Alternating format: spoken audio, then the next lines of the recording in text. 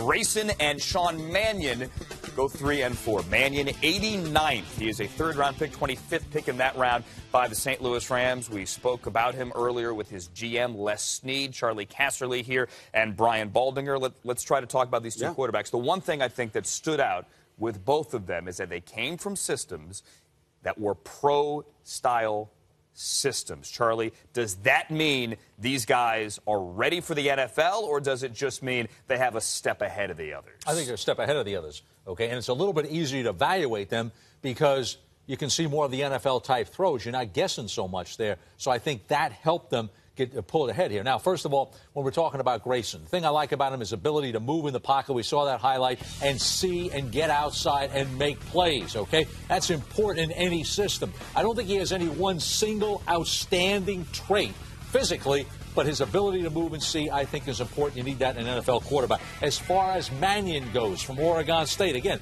he's been in a pro system. What I like there, I like his arm and his ability to throw deep. So I think those are some things, and he has some vision.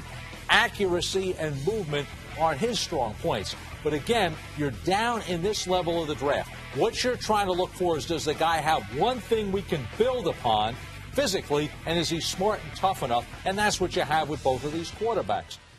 The Colorado State kid, movement, okay? Mannion, what he's got, arm strength. So you've got something to work with both of them. Mannion, also a very, very smart guy. He can't move really that well. I think the best way to describe him would be lumbering, Baldy.